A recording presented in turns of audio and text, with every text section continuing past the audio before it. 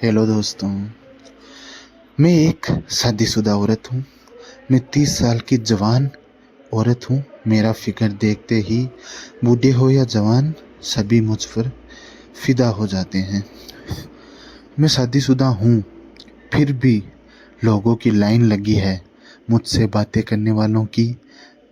मेरी शादी को 4 साल हुए थे और उन 4 सालों में मैंने जितना मुस्कुराया था उससे कहीं ज़्यादा चुपचाप सांसें ली थी, क्योंकि मेरा जीवन जैसे बिना आवाज़ चल रहा था। मैं घर में बहू थी, सेवा थी, जिम्मेदारियां थी, दवाइयाँ और टाइम टेबल था, पर कहीं पर भी मैंने नहीं थी। मेरे पति राघव अच्छे थे, बस बहुत शांत, बहुत व्यस्त और शायद दिल से ज़्यादा दिमाग से जीने वाले। और मैं समझ गई थी कि कभी कभी आदमी बुरा नहीं होता, बस वो प्यार करने का हुनर नहीं जानता।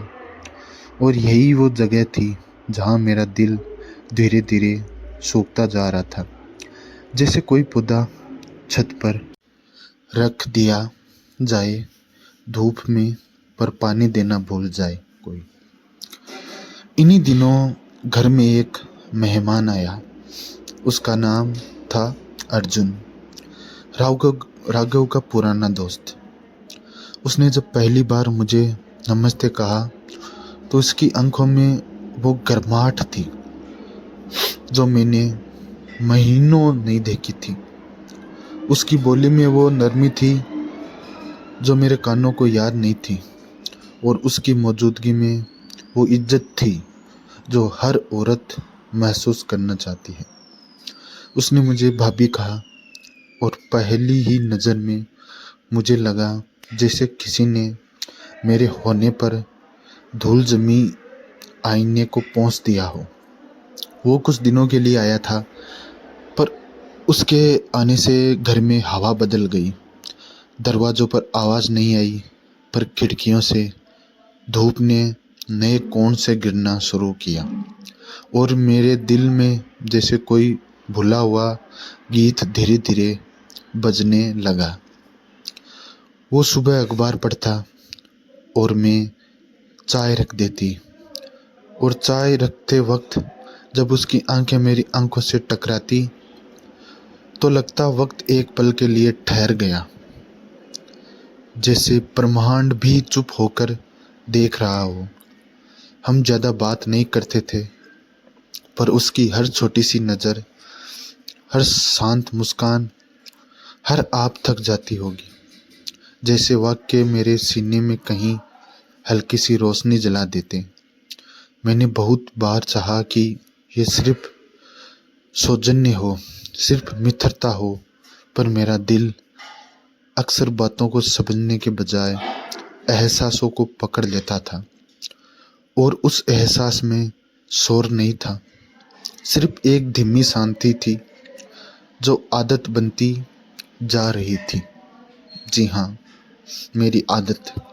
एक शाम बारिश हो रही थी, राघव दफ्तर में था, मैं छत पर कपड़े लेने गई और अर्जुन छाता लेकर मेरे पास आ गया।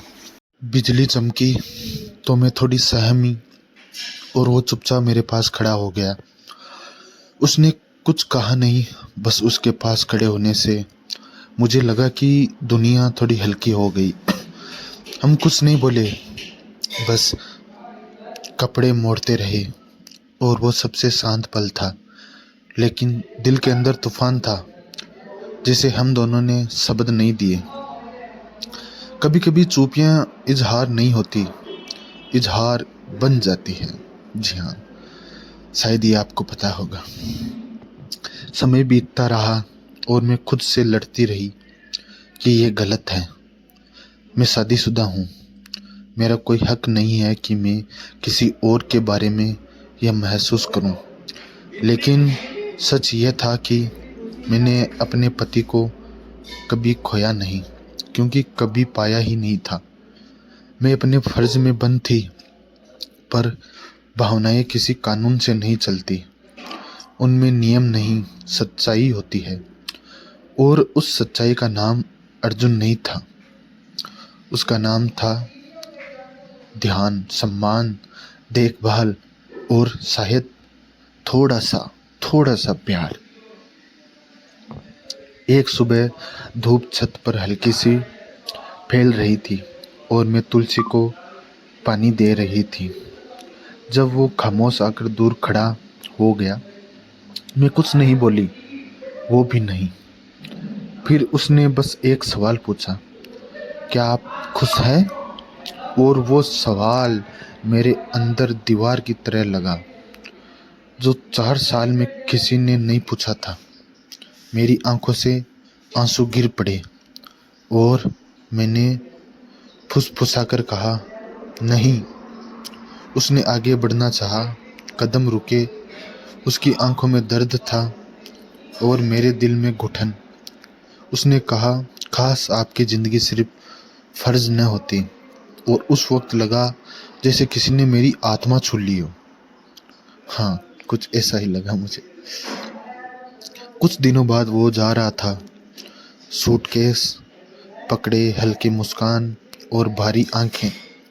उसने कहा, खुद के लिए जीना सीखिए अनन्या। और मेरे पास कोई जवाब नहीं था। मैंने बस धीमे से कहा, ख्याल रखना। और वो चला गया। उसके जाने के बाद घर वैसा ही था, लोग वही, काम वही, पर वैसी नहीं रही। क्योंकि अब मुझे पता था कि मैं सिर्फ किसी का कर्तव्य नहीं, कोई हूँ और मुझे जीने का हक है।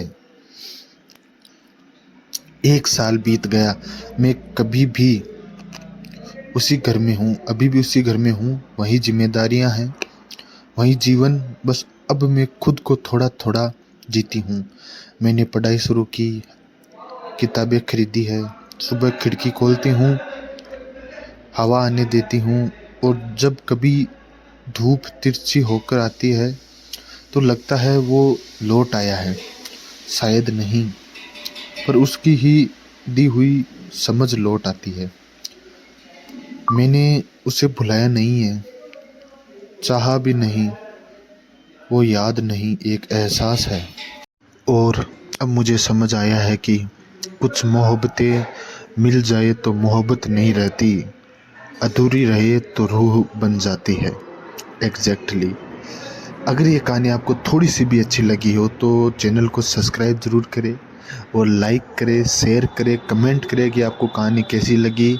और चैनल को सब्सक्राइब करना ज़रूर न भूलें, ठीक है। Thank you so much for watching this video. आगे भी ऐसी कहानी आती रहेगी। सब्सक्राइब कर ले ताकि आपको ये कहानियाँ मिलती रहे। Thank you so for watching.